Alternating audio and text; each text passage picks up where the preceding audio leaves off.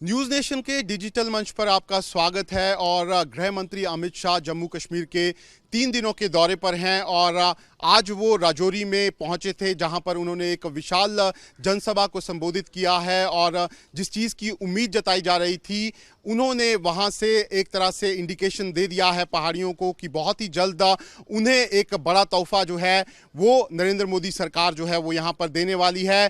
दरअसल गृह मंत्री अमित शाह जम्मू कश्मीर के 3 दिनों के दौरे पर यहाँ पर आए हुए हैं और आज सुबह वो यहाँ पर माता वैष्णो देवी के दर्शनों के लिए गए थे। उसके बाद वो वहाँ पर दर्शन किए उन्होंने और सीधा वो राजौरी में पहुंचे, जहाँ पर एक विशाल रैली का आयोजन जो है वो किया गया था। और जो जानकारी है उसके मुताबिक 1 लाख से ऊपर लोग जो हैं वो उनकी इस जनसभा में यहाँ पर पहुंचे हुए थे।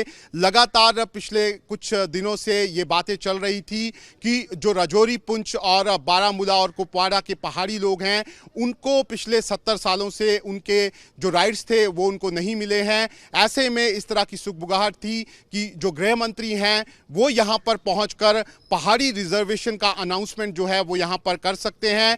ऐसे में गृह मंत्री जब यहाँ पर राजौरी के लोगों से मुखातिब हुए हैं तो उन्होंने सीधे तौर पर यहाँ पर इंडिकेशन दे दिए हैं कि आने वाले समय में जो यहाँ पर पहाड़ी लोग हैं उनको ये रिजर्वेशन जो है वो यहाँ पर मिल सकता है। गृह मंत्री ने साफ तौर पर कहा है कि जो पिछले 70 सालों में यहाँ पर 3 परिवारों की सरकारें थी, वो लगातार यहाँ पर जो गुज्जर समुदाय और जो पहाड़ी समुदाय है उसके साथ यहाँ पर भेदभाव कर रही थी, उन्हें यहाँ पर पिछड़ा रखा हुआ था। लेकिन अब जो प्रधानमंत्री नरेंद्र मोदी की सरकार है वो उनके सभी अधिकार जो है वो उनको यहाँ पर देगी। और उन्होंने साफ तौर पर कहा है कि आने वाले दिनों में यहाँ पर जो रिजर्वेशन है वो उनको यहाँ पर मिल सकता है। इसी को लेकर लगातार उन्होंने अपनी रैली में 4 बार यहाँ पर पहाड़ी समुदाय जो हैं उनका यहाँ पर जिक्र किया है। और खास तौर पर उन्होंने ये भी कहा है कि कुछ लोग ऐसे हैं जो यहाँ पर एक तरह से दोनों ही जो समुदाय हैं, गुज्जर समुदाय और पहाड़ी समुदाय,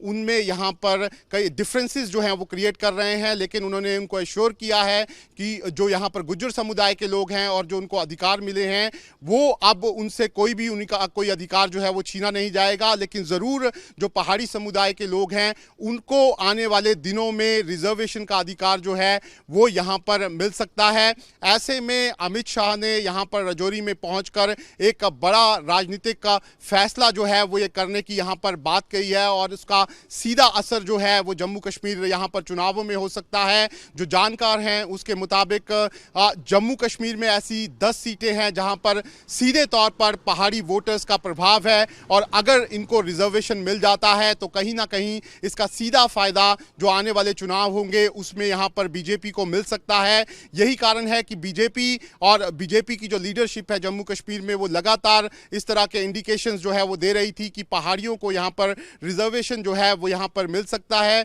ऐसे में ये जो रैली हुई है इसमें कई बातें जो है यहाँ पर अमित शाह ने कही है। खास तौर पर जो जम्मू कश्मीर में 3 परिवार हैं, चाहे वो यहाँ पर अब्दुल्ला परिवार हो या फिर मुफ्ती परिवार हो, उनको लेकर उन्होंने सीधा हमला बोला है और साफ तौर पर कहा है कि किसी तरह की भी कोई यहाँ पर जो फैसिलिटीज़ मिलनी चाहिए थी पहाड़ी लोगों को वो यहाँ पर नहीं मिली। लेकिन अब वो यहाँ पर उनको उनके सारे अधिकार जो हैं वो यहाँ पर दिलाएंगे।